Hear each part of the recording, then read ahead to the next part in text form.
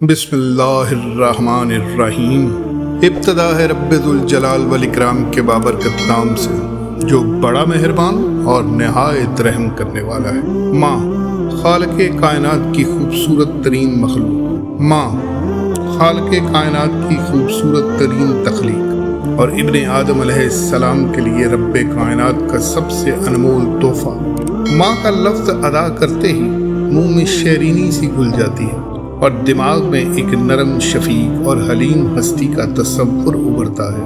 माँ की मोहब्बत, बेपनाह शफकत व हमदर्दी और जान निसारी की बदौलत बच्चा जिंदगी के कठिन सफ़र का आगाज़ निहायत आराम व सुकून के साथ करता है। नबी करीम सल्लल्लाहु अलैहि वसल्लम ने फरमाया, बेशक ऐ लोगों, बहिश्त तुम्हारी माँओं के कदमों तले है। हदीस नबवी में है, माँ के कदमों तले जन्नत रख कर इस अजीम हस्ती के मुकाम व मर्तबे का तअय्युन कर दिया गया है। आप सल्लल्लाहु अलैहि वसल्लम का इरशाद करामी तमाम मुसलमानों के लिए लाजिम है।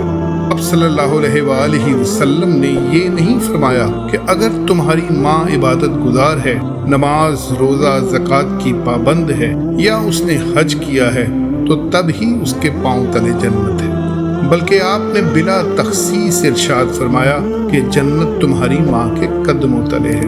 किसी की माँ खा इबादत गुजार ना भी हो तो भी उसकी जन्नत माँ के कदमों तले ही है। वालिदैन की इज्जत, खिदमत व अताअत और ताबे फरमानी के सिलसिले में तमाम शरीयतों में वाज़े अहकामात मौजूद हैं और माँ बाप का दर्जा अल्लाह ताला के बाद इंसानी रिश्तों में सबसे बड़ा बताया गया है।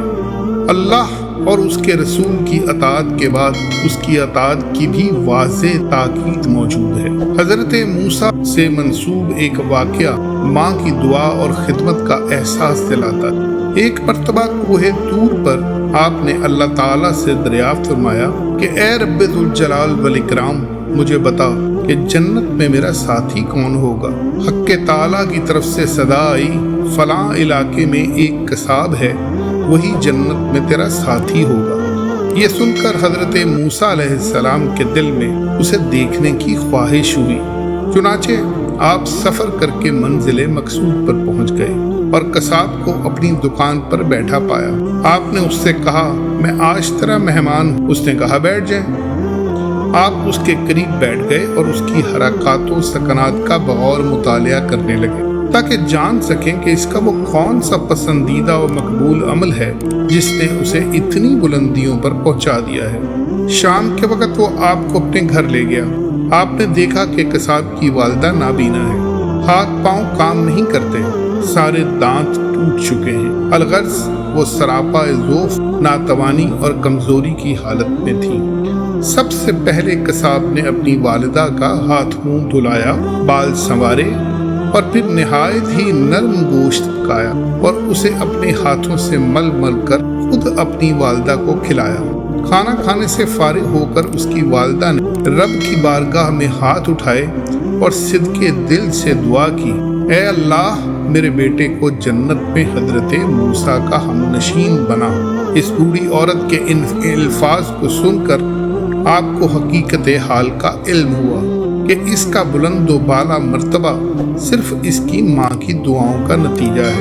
अल्लाह रब्बुल इज़्ज़त के नज़दीक वालिदैन की ज़ात पर खर्च करना पसंदीदा आमाल में से है।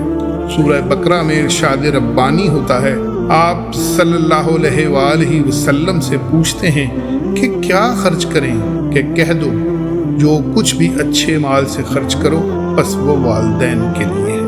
सदक़ल्लाहुल अज़ीम। मेरा चैनल सब्सक्राइब करना, लाइक करना मत भूलिए।